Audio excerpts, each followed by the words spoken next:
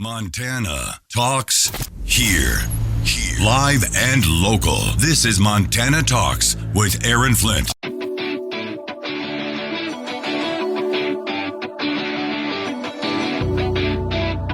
This is where Montana talks. Montana Talks with Aaron Flint.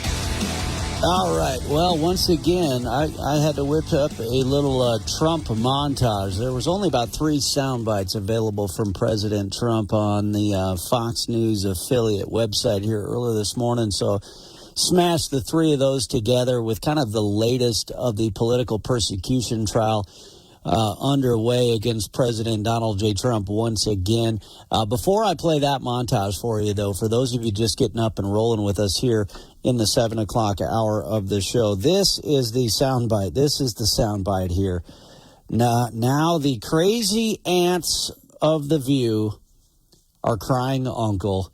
They are crying uncle.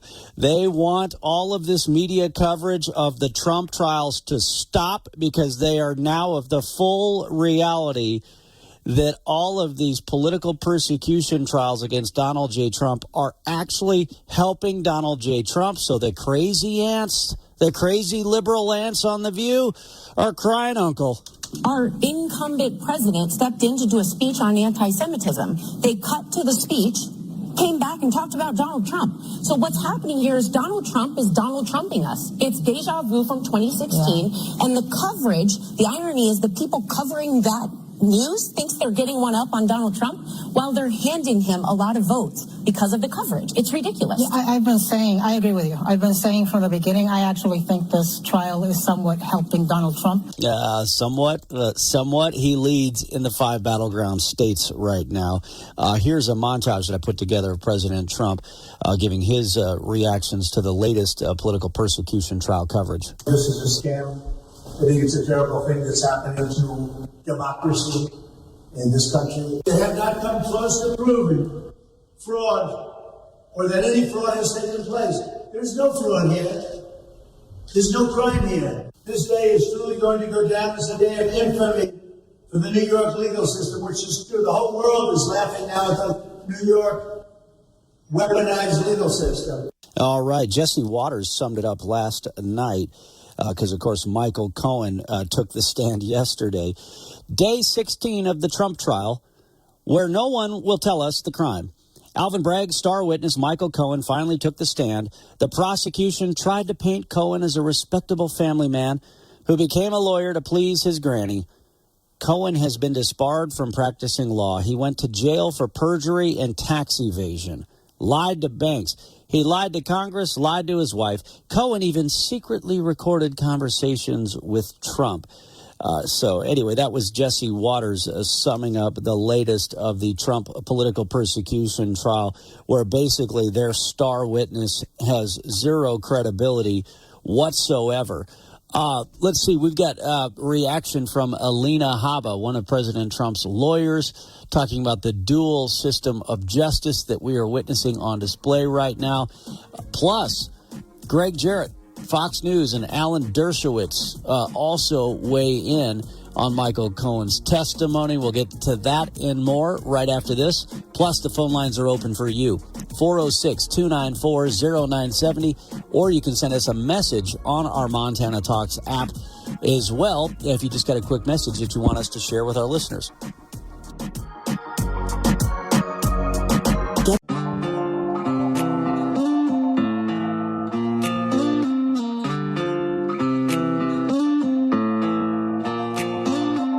Serving the great state of Montana, from the peaks of the Beartooths to the banks of the Clark Fork River. Montana Talks with Aaron Flint.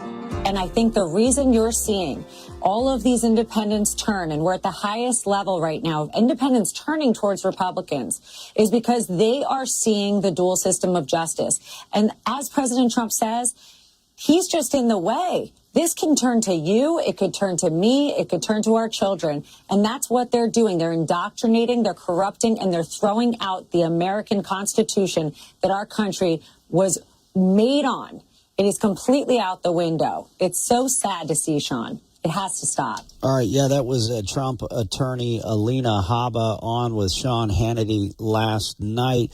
Prior to those remarks, talking about why independents are now turning to the GOP and turning to President Trump, she also weighed in on Michael Cohen, who was secretly recording his client, President Donald Trump, and just how Cohen just has zero credibility whatsoever, especially when you keep in mind the fact, I think this was a point they made on Fox and Friends earlier this morning, that two of the jurors on this trial are lawyers. How do they feel about a lawyer breaching that confidentiality? Last time I checked, there's something called attorney-client privilege. Obviously, that doesn't stand if you're going against Donald Trump, because none of the rules stand if you're going against Donald Trump in a political campaign where he's winning, and they have no other way to win but to take him down with illegal and politically motivated lawfare. You said it best, Sean. Hillary Clinton did something far worse, and the FEC looked at it, they examined it, and what'd they do? They gave her a slap on the wrist. She paid, I think, $8,000 for hiding a dirty dossier, the Russian hoax against Donald Trump, and nobody cared about anything. She wasn't dragged into court. Neither was Bill Clinton in the sock drawer case, and the list goes on and on and on. But if you're Donald Trump, you're going to be gagged unconstitutionally so that you can't even discuss testimony of people that are calling you a liar, and you can't defend yourself. Can I tell you, Sean, I have never seen anything worse than what I saw today. I'm not going to get into the testimony of somebody under oath on the witness stand, but I think that if you read the news, it speaks for itself. And by the way, back to that point that Alina Habba made about why this is also helping to turn more independent voters to Trump. You know, the mainstream media narrative, the pro-Democrat media mob, their narrative is, well, Biden's just struggling. The reason Biden is losing black voters, the reason he's losing Hispanic voters, it's because elements of the Democrat Party base are mad about the war in Gaza. Mark Hemingway's got a very good piece at the Federalist this morning. Biden's incompetence is outstripping voters' fear of Trump. That's a good piece. But there's also another report here, and this is from FoxNews.com. CNN's Van Jones, remember he was Obama's green energy czar? Former Obama advisor Van Jones argued that while some young people are angry about President Biden's foreign policy stance on the war between Israel and Hamas, they have been outraged for years about their economic situation at home. He says, quote, it should be a wake-up call. Young people are upset, and it's not just the situation in Gaza. The economic prospects for young people are miserable. That's really the key right there. That's really the key, is that, see, voters remember how good the economy was under President Trump. There's some that are going to be in denial about it, yeah. But there's other folks who recognize how bad things are getting under Joe Biden and John Tester, and they remember how good things were under Donald J. Trump. They see a stark contrast right now. Back into the phone lines we go, 406-294-0970. Gary in Billings, thanks for the call. What's on your mind this morning? Hey, good morning, Aaron. Thanks for taking my call. You know, until I got my ballot in the mail, you don't realize how many people are running for these different offices. And it's really sad that when I was a chief election judge, people would come in and I'd help them vote if they couldn't see or hear. And I read off the names and say, oh, yeah, I heard of that guy. Well, in this case, you don't hear about any of these people that are running. So how do you get people know how to vote? Yeah, that's a good question. What are the races that you're the most the one question I always get is about judges. It's so hard to know anything about judges. The best resource has been the Montana Family Foundation's website, where they list the campaign contributions, the past or current campaign contributions of different judicial candidates. But really, other than that, there's a lot of people that don't know how to vote on judges. Now, when it comes to the Supreme Court, yeah, Corey Swanson and Dan Wilson are the two constitutional justices who will restore fairness to the Montana Supreme Court to vote for. But But yeah, you're right. We're not hearing their message that often now. But that's in large part because it takes campaign fundraising to get those messages out by and large. But yeah, it's tough when people are looking at a laundry list of names, right? Yeah, because like I say, I would not know until I got my ballot, and like I say, it's tough for people to vote for. That's why I say that when people want to vote, how do they know? Yeah, I mean, it's good.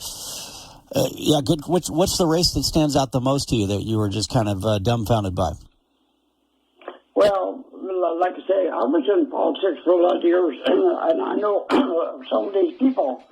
Like I said, it's I think that you have to look at the Republican side, who I think will do a better job than all these other liberals, but. Yeah, and of course that's just in the primary phase right now, and then it'll be broken down further for the general election.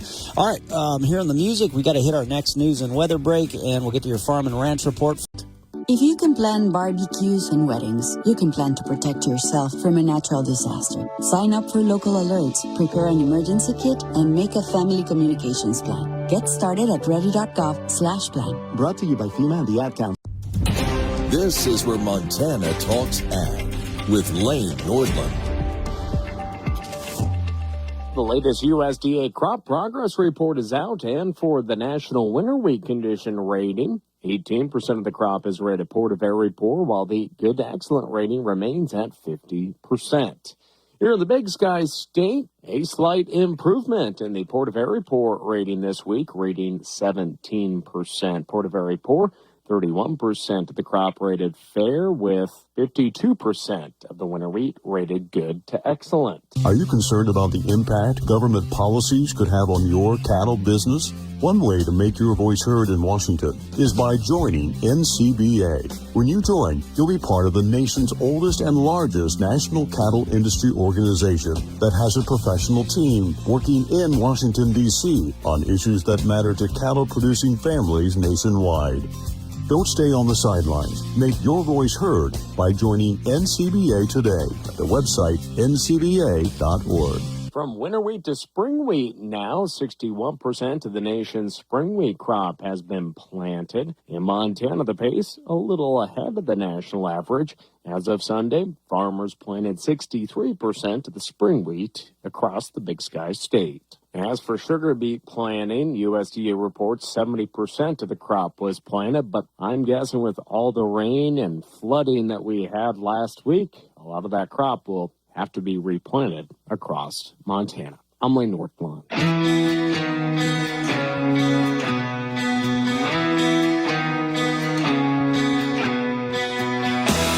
Taking your calls live.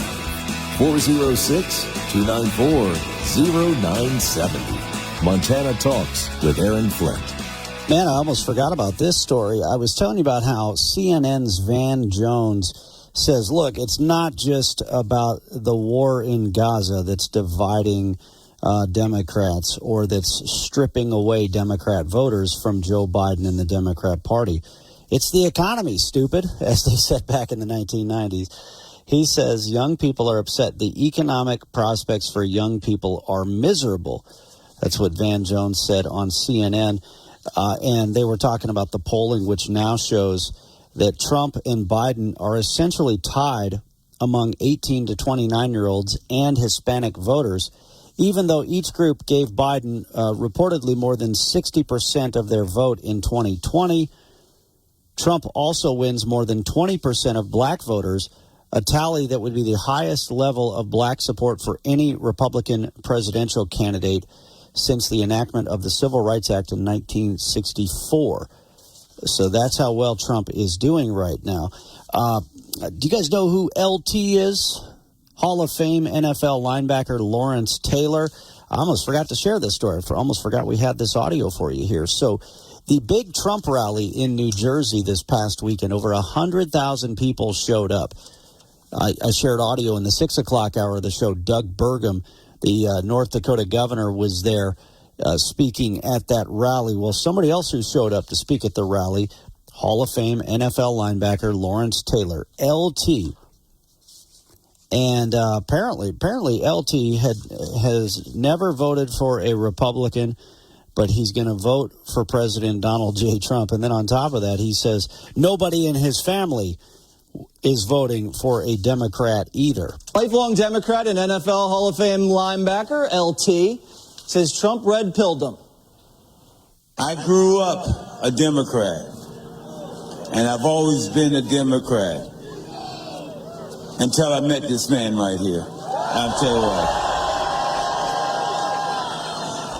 He will not have to worry about nobody in my family ever vote for a Democrat again. A New York Times poll has Trump beating Biden in 5 out of the 6 battlegrounds: Nevada, Georgia, Arizona, Pennsylvania, and Wisconsin. Trump flipped them because of young black and Hispanic voters moving right. Chants of USA rang out among the attendees as the NFL legends. There was another NFL legend apparently there on the stage with him as well. Oh, that's right. It was Taylor's former New York Giants teammate, Otis Anderson, who was there alongside him as well. And that's when the chants of USA rang out among the attendees as the NFL legends, both two-time Super Bowl champions, walked off the stage. Trump then complimented the two great guys at this event. The event took place in South New Jersey on the Jersey Shore, featuring Representative Jeff Van Drew, who in 2019 announced that he was leaving the Democrat Party and declared his support of Trump during the first impeachment effort against the former president. And this is yet one more reason why the crazy liberal ants on The View are crying uncle, and they want the coverage, the media coverage of the Trump political persecution trials to stop, because they are fully aware that it is only helping Donald J. Trump. Well, did Michael Cohen, did he provide any help to the political persecution taking place yesterday?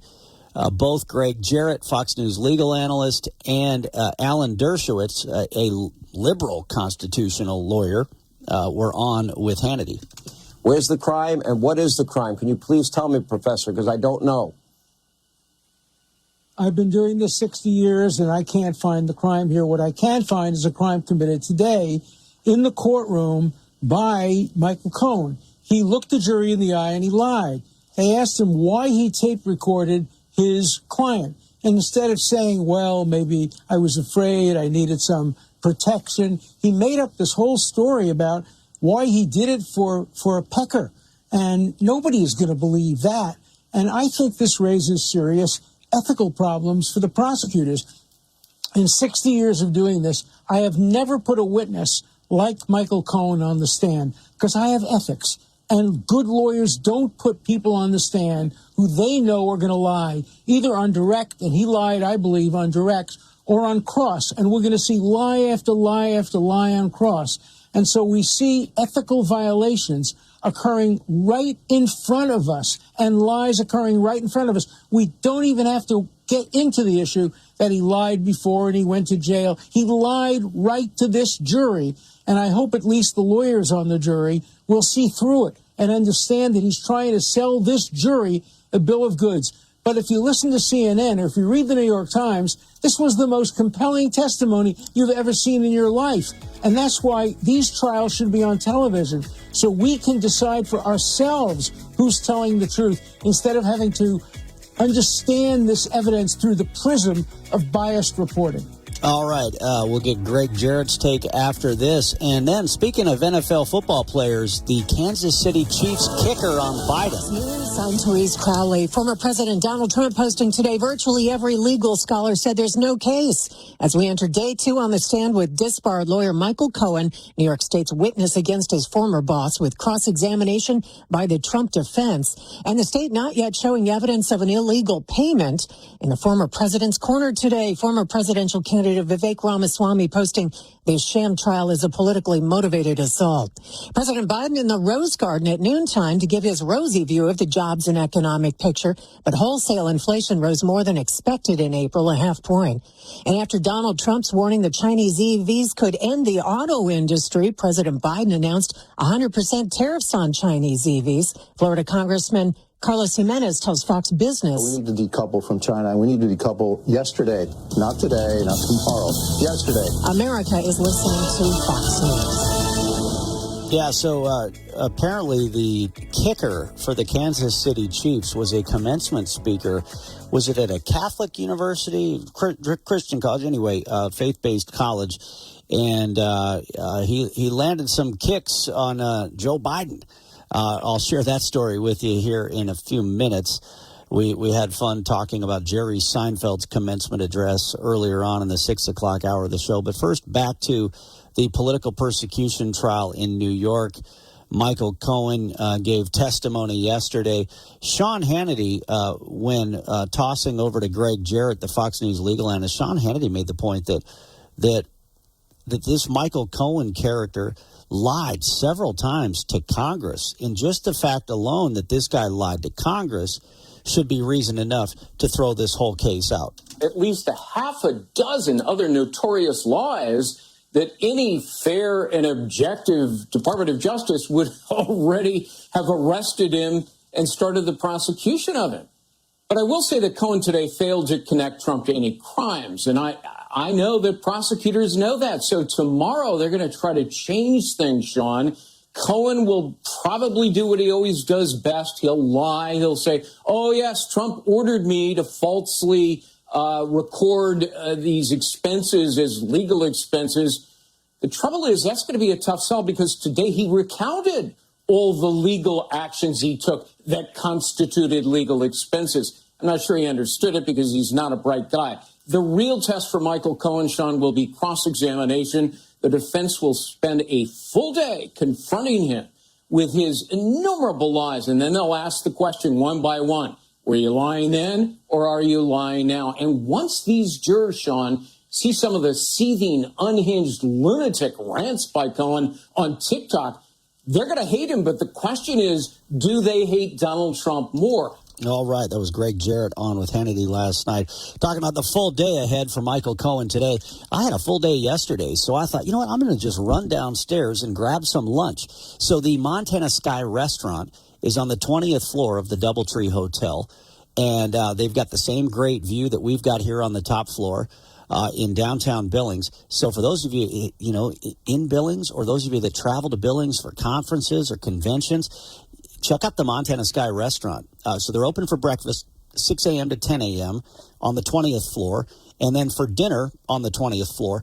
But down in the lobby, there's a really cool bar, a friendly staff down there, and they serve lunch. So the same great food that they serve in the Montana Sky restaurant, you can get for lunch down at the lobby bar in the Doubletree Hotel. And I went down there and had the carne asada tacos yesterday because I just didn't have time to pack a lunch or run home and get lunch or whatever. And I thought, you know, I want a nice lunch today. So I picked up the carne asada tacos, and man, it is good bits of steak, not just like the leftover bits that you'll sometimes see in those steak tacos.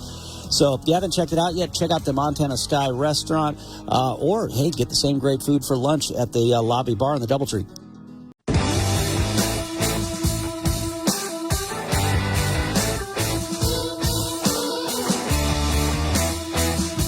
This is where Montana talks. Montana Talks with Aaron Flint. Oh, these fake news media outlets. One of the fakest of the fake news media outlets is this outlet called the Daily Montanan. It's basically a liberal blog. It's part of this States Network that was funded by Hans-Jörg Wyss, who's a big-time foreign financier. He's like a George Soros type character. He's a Swiss billionaire, and he funds all these radical left-wing initiatives. He's a Democrat Party dark money mega donor. He's the guy who funds this so-called state news network of this so-called news outfit. They have a story. You just got to laugh. They have a story. They're like, well, Republicans accused John Tester of flip-flopping on the Laken Riley Act. But the pajama boys at the Daily Montanan are saying he didn't flip-flop on the Laken Riley Act. See, because that was just an amendment. It wasn't in whole bill form. It was just an amendment that would have put the Lake and Riley Act onto a larger bill. Seriously? Like, you guys are trying to pass this off as news. You're saying, well, it was just an amendment form, so that doesn't count. Oh, for Pete's sake. My goodness. And you'll see, you watch, you'll see some of these TV stations, even though they have their own reporters who can report the news, and many of whom are very good at reporting the news, now they will just copy and paste this liberal Democrat propaganda onto their websites and totally erode the credibility of their TV news stations in the process of doing so. You've got a team of reporters. Why would you copy and paste some liberal blog propaganda onto your TV station website? Maybe you want to rein in your digital editors there. Maybe, and by the way, why do you hire all these digital editors who came from the same newspapers that published all this liberal propaganda, that caused all these liberal newspapers to have to lose all their staff in the first place because they lost the support of their readership? Like, hey, let's take the failed model of these newspapers and let's now apply it to our TV stations. That ought to work. Okay, anyway, let's get back into some of the other stuff here today. But yeah, that's their claim. Well, technically he didn't flip-flop on the Lake and Riley Act because he voted against the Lake and Riley Act as an amendment. But he says he'll vote for it when it reaches the Senate floor, if it reaches the Senate floor. As Chuck Schumer says, he won't allow the Lake and Riley Act to reach the Senate floor. All right, we had a couple other messages come in here on our Montana Talks app. By the way, the phone lines are open for you right now. This one came in yesterday at the very end of the show.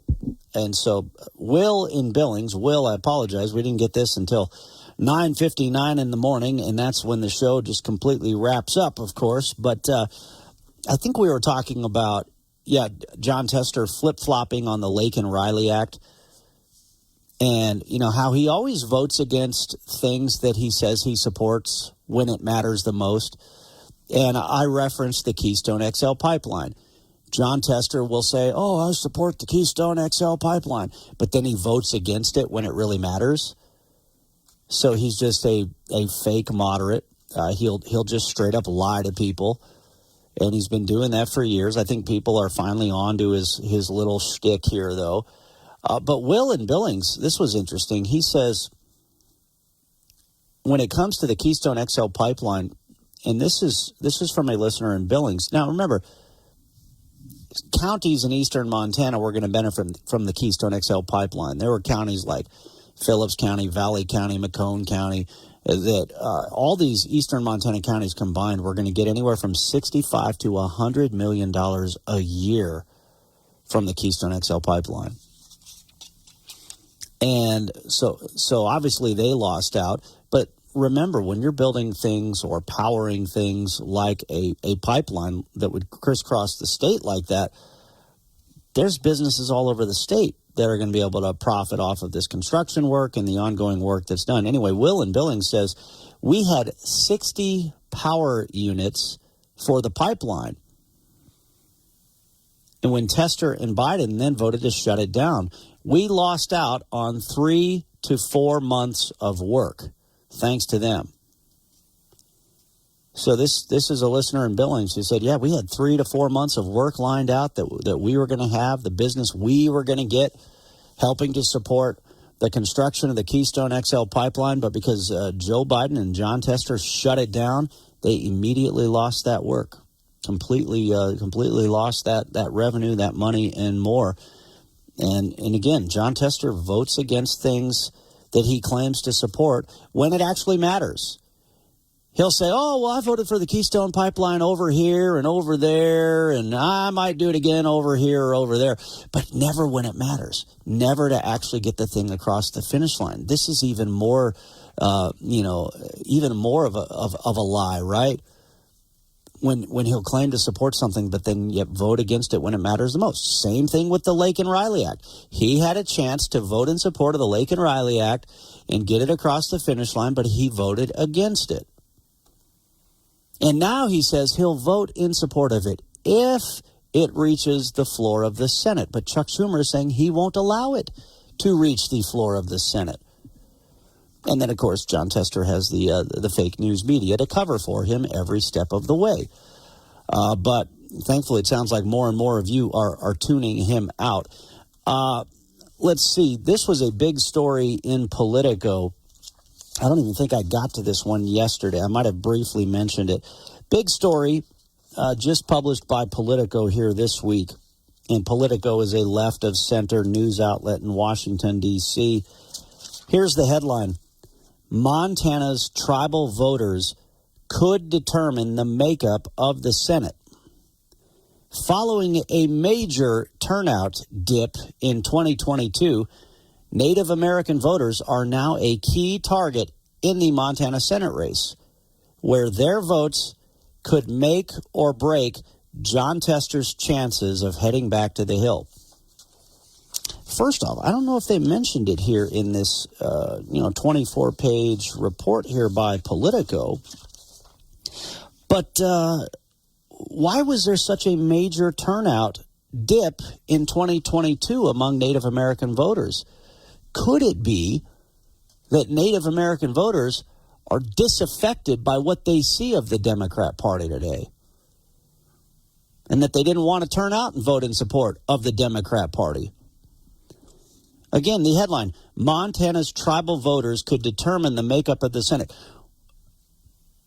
Look at who is being harmed the most by Joe Biden and Jon Tester's policies right now. I've made this point before. Indian country is getting hit even harder by the Mexican drug cartels. Now, the whole state is getting hit. Billings is getting hit. Bozeman's getting hit. Kalispell is getting hit. Missoula's getting hit. We're getting hit by the Mexican drug cartels and this illegal invasion on our southern border. But who's being hit the hardest when you look at the numbers from overdose deaths, from crime, from everything? Indian country, our Indian reservations are getting hit even harder than the rest of the state. So you think about it. Here is Jon Tester and these dark money groups funded by these liberal white guys that are coming out to Native Americans, coming out to Indian country saying, oh, vote for Democrats, vote for Jon Tester. Why in the world would you vote for Joe Biden and Jon Tester?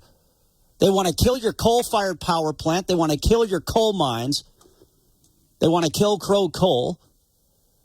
They're flooding your reservations with illegal aliens, fentanyl and methamphetamine, gangs and drugs and violence that comes with it. And then, okay, let's put that aside for a moment. How's that whole inflation thing working out?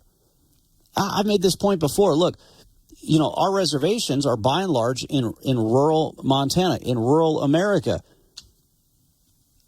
If people in Billings and in Bozeman are struggling because of inflation, grocery prices, restaurant inflation, you name it. Look, I've got Winco, Albertsons, Walmart, Costco, Sam's Club, Town Pump. The gas stations are practically grocery stores. Anyway, I've got options, 10 minutes away from me.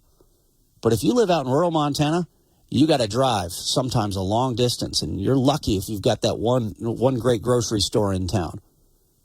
And then, how's the drive working out for you? How are the gas prices right now, thanks to Joe Biden and Jon Tester? They are absolutely crushing Indian country with their policies right now. But here's Politico reporting on how a Tester campaign advisor is buying dinner for some tribal leaders to try to convince them to vote for Jon Tester. Boy, you better do more than buy me some ribs with the havoc that you're causing right now. My goodness, you think a plate of dinner is going to buy some people off with all the harm that Jon Tester is causing in Indian country right now? One size fits all seems like a good idea for clothes until you try them on. Same goes for healthcare. That's why United Healthcare offers flexible, budget-friendly coverage for medical, vision, dental, and more. Learn more at uh1.com. Fox News commentary. 80 to 100,000 people showed up in Wildwood, New Jersey to support Donald Trump. You think Joe could do that? I'm Tommy Lahren. More next. From the Fox News Podcasts Network. Hey, this is Trey Gowdy, host of the Trey Gowdy Podcast. Every Tuesday, you'll hear what's on my mind. Plus, every Thursday, there's a special bonus episode where we answer the questions that are on your mind. Make sure to spend your Tuesdays and Thursdays with Trey. Subscribe now at foxnewspodcast.com or wherever you download podcasts. Hope to see you. America's listening to Fox News. 80 to 100,000 patriots showed up in Wildwood, New Jersey on Saturday afternoon, likely the largest political rally that state has ever seen. You think Joe could do any of that? First of all, there aren't 80 to 100,000 people who would show up to a Biden anything. 8 to 10 is pretty much his max. No one that isn't paid to be is excited about Joe Biden. And do you really think Joe could stand in front of a crowd that size and go pretty much totally off script while also navigating a gag order? Heck, do you think Joe could just remain upright in that kind of situation? The honest answer, even for you lefties out there, is no. You know it, I know it. That's another reason we need a presidential debate schedule. Just imagine what it would look and sound like for Joe to stand on a stage without a teleprompter and debate Trump for 60 to 90 minutes. I'm Tommy Lahren, and you can watch my show, Tommy Lahren is Fearless, at Outkick.com. The Will Cain Show is now dropping 5 episodes a week. Join Fox and Friends weekend host Will Cain as he tackles the latest headlines from his unique perspective, along with thought-provoking interviews with leading figures and live calls from viewers and listeners. Listen wherever you download your favorite podcasts. My consultation with a healthcare provider who will determine if appropriate. Restrict and supply. See website for details and important safety information. Subscription required. Price varies based on product and subscription plan.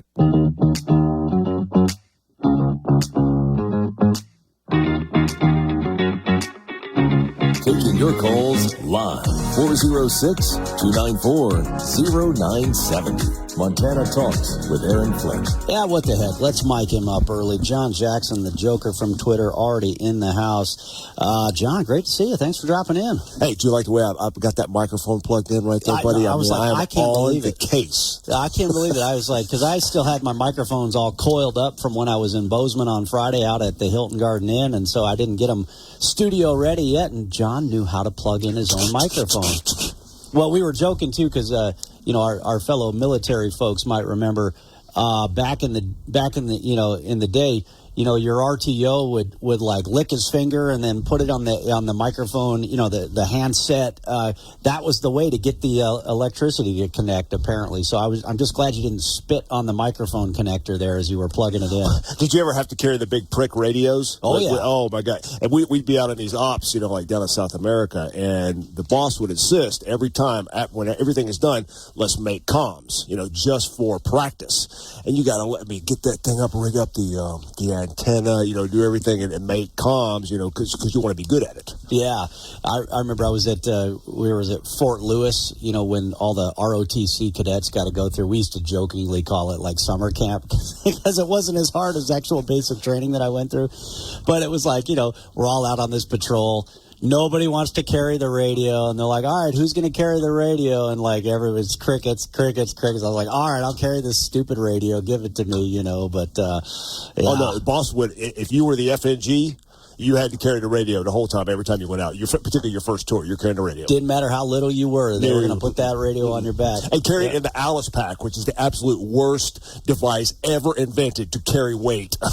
Yeah. I mean, like now, it's like you got Mystery Ranch packs. Oh, yeah. The Air Force guys, I think, have the Stone Glacier packs maybe even that they're rolling. It's like, all right, hey, I can do this, Yeah, it makes a big difference having good gear. Hey, I had a message from Jay in Billings, Van Jones on CNN. He was saying how the Utes are mad at Biden and the Democrats, but it's not just because of Gaza. It's because the economic prospects for young people are miserable. This is Obama's green energy czar, Van Jones. But anyway, Jay in Billings says, yeah, Van Jones, let's not forget how he helped lead the way as a member of Obama's Commie Club. And then he shared this, I think it was a Daily Beast piece, where Van Jones, Bezos' $100 million man, got pushed out of his own nonprofit. So apparently it was some green energy scam that he got pushed out. Van Jones is an odd guy because you're right. You're absolutely right. He is a communist and he's a racist and all of that stuff. But he does tend to have good analysis now. As he's employed as an analyst, he does put out very good, very solid analysis on things that kind of makes all of his fellow MSMers open their eyes real wide. They're like, Van, you're not supposed to say that on the air. Well, I'm getting paid to analyze things, and this is the truth here. I had all these great clips, all these great audio sound bites that I was going to save for you in the 8 o'clock hour. I already used them all already. I had too much fun here in the first 2 hours of the show. But that's actually all right because people might have heard what I had to say about some of this stuff. They might have heard, like the crazy ants on The View crying uncle about the Trump trials now. But they haven't heard John Jackson's take yet. They haven't heard the Joker's take yet. So either way, it'll be fun. Plus, we got a whole brand new audience that joins us in the 8 o'clock hour as our friends from Kalispell and Great Falls join us coming up in the 8 o'clock hour of the show as well. So you probably got some stuff scribbled on your list as well. I always do, Aaron. You know that guy. I always do. But beating up on the nags from The View it's really just almost too easy sometimes. It is. Because that cocktail, that really just nasty cocktail of being ignorant and lying and mean-spirited is just, it's just too much to take sometimes. But it just puts them up there for ridicule. They don't even understand. Their audience is just a bunch of clapping seals, so they have no idea what people out there actually think. I'm trying to think. Wasn't it just 2 weeks ago we played a montage of them laughing about the Trump trials, hoping, laughing about what jail he might be in? Talking about going to Rikers. Yeah, they're singing it. They're clapping a different tune this time. Make it stop.